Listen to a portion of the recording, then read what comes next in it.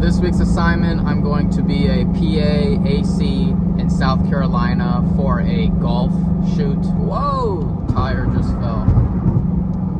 And before I get into that, I'm about to do some testing with the gear with the production company. The vlogs are going well, but I want a channel sponsor. I want someone to give me free clothing because, as you know, it's extremely hot and miserable in Florida. And I specifically buy from a company that is lightweight, wicks away the moisture, and is breathable.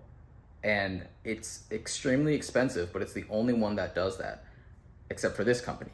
Now, I want them to collaborate with me, which they've actually already sent me a message, and because I've worked with their influencers before, and they saw they had a YouTube channel. The correspondence didn't work out, but now I'm messaging them back with a different scope.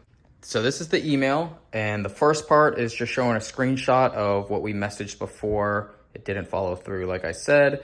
The blue links are the work that I've done for their influencers, and then the actual paragraph is me detailing the kind of relationship that I want to have with them. And if I can do that, honestly, I want free clothes. 2, I can get a discount for the people who watch my videos. And then 3, I can use this as a standard for when new companies want to collaborate with me or sponsor. This is just a nice starting point, and I have a little bit of familiarity with this company, so I hope they say yes. And I hope you guys can watch the process of how to get a social media sponsorship, because I've never had it besides the Art of Documentary, which, by the way, I finally got paid for those affiliate links. Thank you to everyone who purchased using my link, because I got paid, and I want to show you guys those numbers, how much I brought the Art of Documentary and how much I made. But I want to keep doing this and growing the YouTube channel. So if you guys can watch how this behind the scenes stuff works, I think it'll be super valuable. All right, so gear prep. We're going to be using the FX3, my 24-70 lens. The, what is this, matte box? That's the Tilta Mirage matte box with the variable ND slot. It's also got a black Pro Mist 1.8. And then we're sending HDMI out to my small HD 502 bright. There's potential that client will want monitoring, so we're testing with iPad using the Hollyland 300S, which is HDMI, and we're running both of those devices off of my V-mount, which I think is going to be way better than using the LPE6s or Sony NPF, just have unifying power. And then the RS3 Pro, and it all balances. It's kind of big, and we got to do some cable management, but that looks pretty good. What do you think? Happy with it? I mean, yeah. Right, turn that guy on. Okay, let's see. Oh yeah, It's good. So actually, we're slimming down the kit. We're not going to use the V-mount system. They're going to order a Ninja 5 instead. And so for my luggage, I like to have a big bag for checked in, because we're doing Southwest. We get 2 check bags for free. So I'm bringing the gimbal in its case and the monitoring system. And then these packing cubes are amazing. I got them at a conference once, and I put my underwear and socks in there, pants and shorts in there, and then shirts in here, and that's how easy it is to pack. Always want to bring the Bose QC35-2s for noise canceling. Essentially, as soon as I get on the plane, these go on my head and they don't come off until I get off the plane.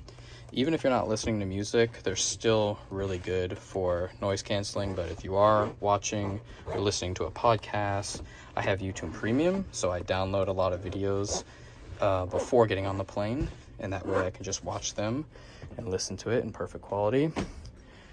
And that's as easy as packing as I can make it.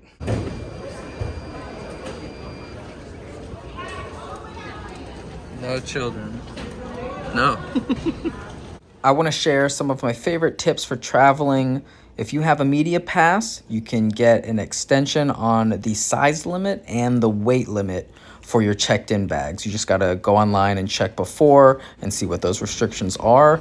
And then if you are doing any type of travel, and you travel maybe a couple times a year, it is completely worth the investment to get TSA pre-check, which is $80 for 5 years. Or what's better is global entry. It's $100 for 5 years, and what that allows you to do is to go into the super special TSA pre-check line, which is usually less crowded. There's less requirements to do once you get in there, and you get to skip the customs line when you do any international travel.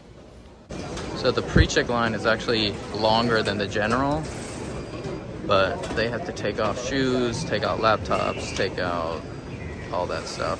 So we gotta go right through. This is the badge I got when I was in college, and I did a maybe 4-month internship with a local newspaper, and I still use it to get media pre-board up until now.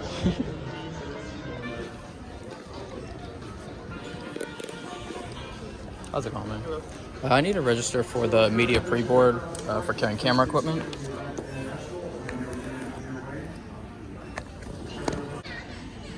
Anybody that goes with you is ineligible to sit in the extra row, as are you. Thank you so much. Appreciate it. So that doesn't work with every airline, but I always do it when I go on Southwest. Oh, whoa. I'm telling you, it's the best feeling in the world to see the general boarding line standing there and you get to go on ahead. So she's checking right now to make sure it does say pre-board, and I get a +1.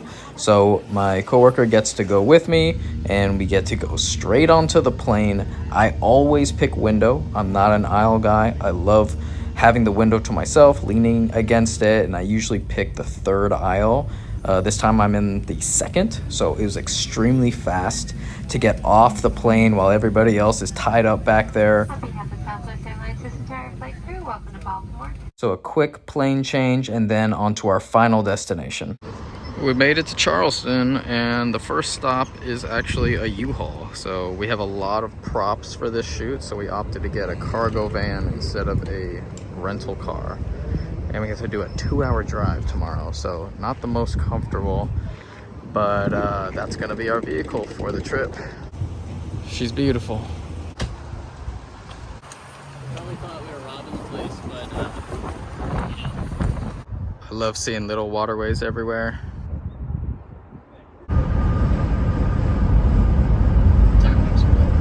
As I slowly climb in my career, I get to work with bigger and bigger clients who usually have nicer budgets, where crew dinners are an expected thing, and they're getting to be at nicer and nicer places. So this is somewhere where I probably wouldn't go normally, but it is a perk that I will gladly accept. So these are all the golf bags that we're gonna be showing off. And then we actually have all the talent's clothing here, and it connects right into these little hooks.